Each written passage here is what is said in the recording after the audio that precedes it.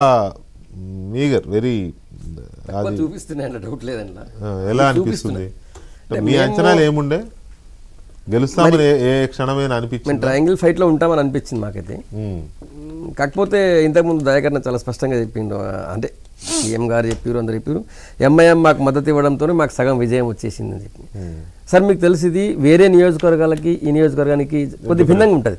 మీరు ఇప్పుడు మన రూరల్ కాన్స్టిట్యున్సీలు చూస్తున్నట్టు దానికి ఒక రకంగా ఉంటుంది. ఇక్కడ ఏంటంటే ఉన్న దాదాపు 4 లక్షల ఓట్లలో 1,30,000 పైచిలుపు మైనార్టీ ఓట్లు ఉన్నాయి. పైగా పూర్తిగా ఈ క్యాండిడేట్ ఎంఐఎం క్యాండిడేటా కాంగ్రెస్ క్యాండిడేటా అనేది పబ్లిక్లో కూడా అదే ఉంది. ఎంఐఎం క్యాండిడేట్ అనే భావనలో ఉంది. ఎందుకంటే ఎంఐఎం నుంచి పోటీ చేశాడు, తర్వాత ఈయన టికెట్ వచ్చిన మరుక్షణం పోయి అసదుద్దీన్ కాళ్ళ మీద పడ్డాడు, అక్బరుద్దీన్ కోవేసిని కలిశాడు. తర్వాత ఈరోజు వాళ్ళ ఎలక్షన్ ప్రచారంలో కూడా ఎంఐఎం వాళ్ళు రెగ్యులర్గా పాల్గొన్నారు. ఈ రోజు అయితే ఎంఐఎం ఎమ్మెల్యేలు 2-3 20-15 బైకులు తీసుకొని అన్ని గల్లీలో తిరిగారు. అంతకుముందు కూడా అంత ప్రచారం చేశారు వాళ్ళు చాలా అంగిలా చేసి. ఈ రోజు తిరిగారు కదా సార్. ఈ రోజు అయితే మీరు చూసారు బైక్ ర్యాలీ షేక్పేటలో ఎవరు మొయినుద్దీన్ అన్నటువంటి ఎమ్మెల్యే బైక్ ర్యాలీ చేశారు. 10-12 ప్రభావితం మాత్రమే కాదు సార్, ఆడ ఇంకొక పాయింట్ కూడా ఉంటుంది.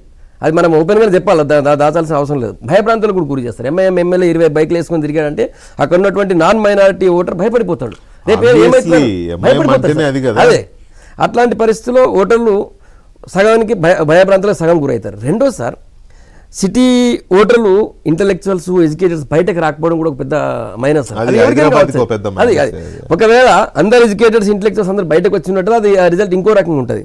ఇప్పుడు ఒకటి మైనార్టీ ఓట్లు ఎక్కువ ఉండడం, ఒకటి భయభ్రాంతాలకు గురి చేయడం, రెండోది ఇక సరే మళ్ళా వాళ్ళే చేసినట్టు కానీ వీళ్ళిద్దరు కూడా పోటప్పుడు ఇద్దరు బాగా డబ్బులు పంచిరు. ఇక మా పరిస్థితి తెలుసు, మేము ఎక్కడ డబ్బులు పంచలేదు, ఏం లేదు, బాగా పంచిరు. ఇద్దరు కూడా బాగా పంచిరు. నిన్న రాత్రి నుంచి డేలా సార్, ఇంతకుముందు మామూలుగా గ్రామీణ ప్రాంతాలు రాత్రి పూట డబ్బులు పంచుతారు సార్. నేను రోజు తిరుగుతున్నా కదా, పట్ట పగల పంచ నిన్న మొన్న కూడా సార్ పట్ట పగలే అన్ని గల్లీలో మేము పెట్టిపోతాడు. ఒకవైపు మన సంజయ్ గారు రాలిపోతుంటే ఇటు పక్కన డబ్బులు పంచుతా ఉన్నారు అందరూ ఓపెన్ గా పట్ట పగలు. పోలీసులు లేరు, ఎవరు లేరు. జనరల్ గా మా ఊర్లలో అయితే రాత్రి పూట వచ్చి రహస్యంగా ఇచ్చి కవర్ ఇచ్చిపోతారు ఇళ్లలో. సో బాగా వాళ్ళ డబ్బు ప్రభావము, గవర్నమెంట్ తర్వాత మా ఎంఐఎం వాళ్ళ యొక్క భయభ్రాంతులకు గురి చేయడం అనేది పనిచేసిందేమో అనిపిస్తుంది సార్ నాకైతే. కరెక్ట్, అదైతే వాస్తవమే. పగలే డబ్బులు పంచడం అనేది ఒకటి. ఎంఐఎం ఎమ్మెల్యేలు కాస్త కాంగ్రెస్ పార్టీని చివరి నిమిషం వరకు టెన్షన్ పెట్టినా చివరి నిమిషంలో మాత్రం వాళ్ళ రంగంలోకి దిగారు. అది కూడా కొంత అడ్వాంటేజ్ పరిస్థితి వచ్చింది. రైట్, ఎనీవే ఇది జూబ్లీస్కి సంబంధించి ఒక ఇది ఇంకా ముందు చాలా విశ్లేషణ చూద్దాం మనం. అలాగే బీహార్కి సంబంధించి ఈ ఫలితం ఒకవేళ వీళ్ళు సంస్థలు సర్వే ఏజెన్సీలు ఇచ్చినట్టుగా ఇదే గనక నిజమైతే ఎలాంటి రాజకీయాన్ని చూడబోతున్నాం? ఇదే ఎందుకు నిజమవుతుంది? ఎందుకంటే మేనిఫెస్టోలు చాలా వచ్చాయి, చాలా